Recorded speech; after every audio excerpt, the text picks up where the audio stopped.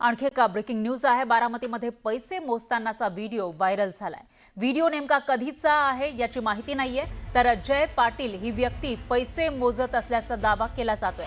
नगराध्यक्षपदाचे अपक्ष उमेदवार मोहसिन पठाण यांनी हा दावा केलाय। न्यूज 18 लोकमत या व्हिडिओची पुष्टी करत नाहीये, मात्र बारामतीमधला हा व्हिडिओ असल्याचा दावा केला जातोय आणि या ठिकाणी असलेली जी व्यक्ती आहे ती जय पाटील नावाची ही व्यक्ती पैसे मोजती असा दावा सुद्धा केला जातोय।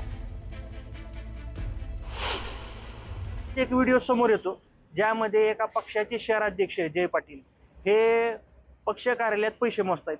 आता ठीक आहे, ते बिल्डर आहेत किंवा त्यांचे मोठे मोठे कामं चालतात, मग निवडणूक काळात एवढे पैसे मोजायचे कारण काय? मग माझी निवडणूक आयोगाला मी स्पष्ट तक्रार केलेली की हा व्हिडिओ एकतर खरा आहे की खोटा हा पण तपासा। माणिकराव कोकाटे यांनी अखेर मंत्रिपदाचा राजीनामा दिलाय। कोकाटेंचा राजीनामा मुख्यमंत्री फडणवीसांनी स्वीकारला। पुढील कार्यवाहीसाठी राज्यपालांकडे राजीनामा पाठवण्यात आलाय। नाशिक पोलिसांचं पथक नाशिकहून मुंबईसाठी रवाना झालं। नाशिक पोलीस लीलावतीमध्ये पोहोचणार आहेत, त्यामुळे कोकाटेंना कोणत्याही क्षणी अटक होण्याची शक्यता आहे। माणिकराव कोकाटेंची खाती काढल्यानंतर धनंजय मुंडेंना मंत्रिपद मिळणार असल्याची चर्चा सुरू आहे। तर धनंजय मुंडेंना मंत्रिपद देऊ नये अशी मागणी करत मराठा समाजाने धनंजय मुंडेंना विरोध केलाय।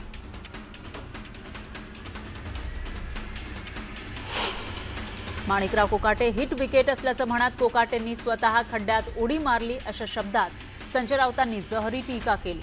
कोकाटेंना वाचवण्यासाठी सरकारचे प्रयत्न सुरू असल्याचा आरोपही त्यांनी केला। मुंबई महापालिकेसाठी एकनाथ शिंदेंचं 10,000 कोटींचं बजेट असल्याचं म्हणत राऊतांनी शिंदेंवर जोरदार निशाणा साधला। प्रत्येक उमेदवाराला शिंदे 10 कोटी रुपये देणार असल्याचा संजय राऊतांच्या आरोपांमुळे खळबळ माजली। भाजपचे नेते योगेश क्षीरसागर यांनी आमदार विजयसिंग पंडित यांच्यावर जोरदार टीका केली। स्वतःला बाघ सिंह समजणारे पार्सल 21 तारखेला डिझाईन बॉक्समध्ये पॅक करून पालकमंत्री अजित पवारांना गिफ्ट करणार अशी टीका क्षीरसागर यांनी केली। मनीष दळवींनी राजन तेलींच्या मुलावर केलेल्या आरोपांना राजन तेलींनी जोरदार प्रत्युत्तर दिलं।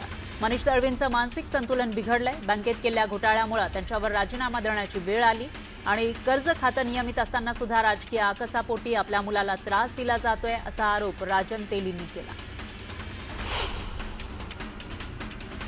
नांदेड जिल्ह्यामध्ये राष्ट्रवादी काँग्रेस एक नंबरचा पक्ष असेल तर राज्यातील नगरपालिकेच्या सत्ता स्थापनेत राष्ट्रवादी किंग मेकर असेल असं विधान आमदार अमोल मिटकरींनी केलं।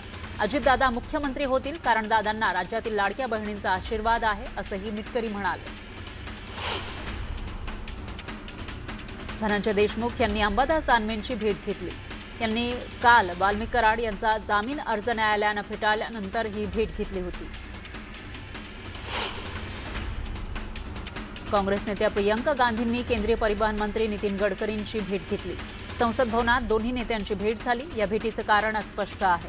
दरम्यान गडकरी आणि प्रियंका गांधी यांच्या भेटीमुळे चर्चांना उधाण आलंय। मुंबईत भाजप आणि शिवसेनेमध्ये 150 जागांवर एकमत झालंय। पुढच्या 2 ते 4 दिवसात उर्वरित जागांबाबत निर्णय होईल अशी माहिती अमित साटम यांनी दिली। शिवसेना आणि भाजपच्या बैठकीनंतर झालेल्या पत्रकार परिषदेत ही घोषणा केली।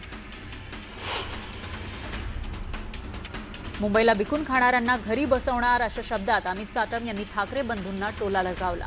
जोपर्यंत नवाब मलिक राष्ट्रवादीमध्ये आहेत तोपर्यंत आमचा त्यांच्याशी संबंध नाही या भूमिकेवर सेना भाजप ठाम असल्याचं पाहायला मिळालं।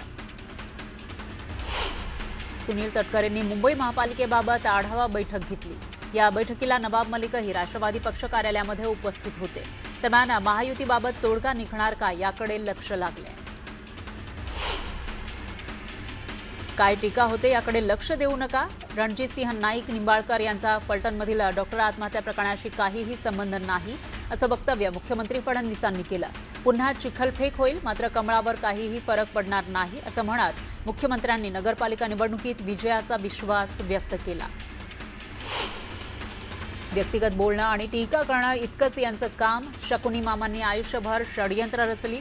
रणजितसिंह नाईक निंबाळकर यांना अडकवण्याचा प्रयत्न झाला असं म्हणत जयकुमार गोरेंनी रामराजे नाईक निंबाळकरांवर निशाणा साधला।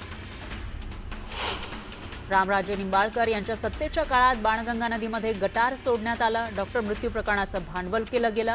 फलटणचं नाव बदनाम केलं अशा शब्दात रणजितसिंह निंबाळकर यांनी रामराजेंवर निशाणा साधला. अमरावती जिल्ह्यातील अंजनगाव सुरजीमध्ये उपमुख्यमंत्री एकनाथ शिंदेंचा रोड शो झाला. शिवसेनेच्या नगराध्यक्षपदाच्या उमेदवार स्पृहा डकरे आणि नगरसेवक पदाच्या उमेदवारांसाठी शिवसेनेकडून जोरदार शक्ती प्रदर्शन करण्यात आलं.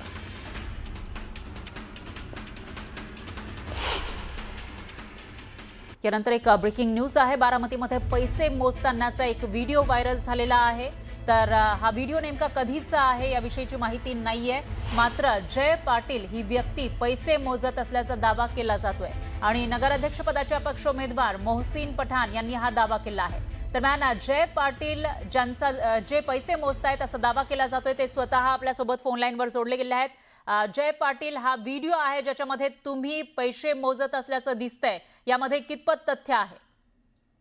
नमस्कार. तो व्हिडिओ मॉफ केलेला आहे. याच्यामध्ये मी रितसर पोलीस स्टेशनला तक्रार दाखल केली आहे, बारामती तालुका पोलीस स्टेशनला.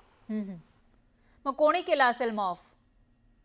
आता ते पोलीस शोधतील ना. तुम्हाला कोणावर संशय आहे? नाही, संशय नाही, पोलीस तपासाचा भाग आहे तो.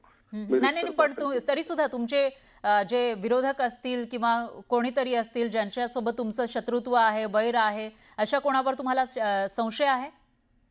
ते संशय नाही, मला आता पोलीस तपासातूनच ते मॅडम गोष्ट बाहेर येईल. अच्छा, पूर्णपणे आणि मॉफ केलेला व्हिडिओ आहे तो. तुम्ही जी तक्रार केलेली आहे त्यामध्ये नेमकं काय म्हटलंय? की असा व्हिडिओ आहे, सोशल मीडियावरती तो व्हायरल होतोय. याच्यामध्ये तो मॉफ केलेला व्हिडिओ आहे. याच्यामध्ये कोणतंही तथ्य नाही आणि पोलिसांनी त्याचा तपास करावा आणि ज्यांनी कोणी हे केलेलं आहे त्याच्यावर कायदेशीर कारवाई व्हावी. मग पोलिसांनी काय म्हटलंय? दाखल केली तक्रार. अच्छा, पोलीस तपास करून सांगते. ठीक आहे. तुमचा मुद्दा लक्षात आला आहे. धन्यवाद तुम्ही दिलेल्या या प्रतिक्रियेसाठी. तर ज्यांचा हा व्हिडिओ असल्याचा दावा केला जातोय त्यांनी ही पहिली प्रतिक्रिया दिलेली आहे आणि हा व्हिडिओ मॉफ केल्याचं त्यांनी म्हटलंय.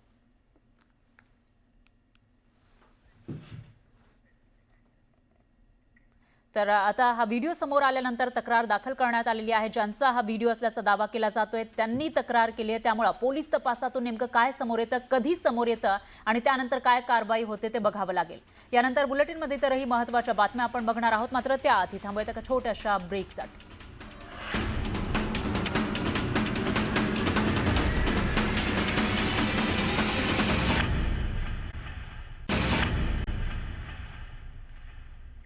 ब्रेकनंतर पुन्हा घेऊयात बातम्यांचा वेगवान आढावा. भारतीय सैन्य दलानं 16 डिसेंबर 1971 या दिवशी पाकिस्तानवर मिळवलेल्या ऐतिहासिक विजयानिमित्त आज मंगळवारी 16 डिसेंबर रोजी महाराष्ट्रातील नामांकित सैनिकी प्रशिक्षण संस्था डिफेन्स करिअर अकॅडमी तर्फे शहरातील नूतन कॉलनी ते क्रांती चौक असा भव्य विजय मार्च काढण्यात आला. अत्यंत उत्साही वातावरणात आणि लष्कराच्या कडक शिस्तीत हा विजय मार्च पार पडला.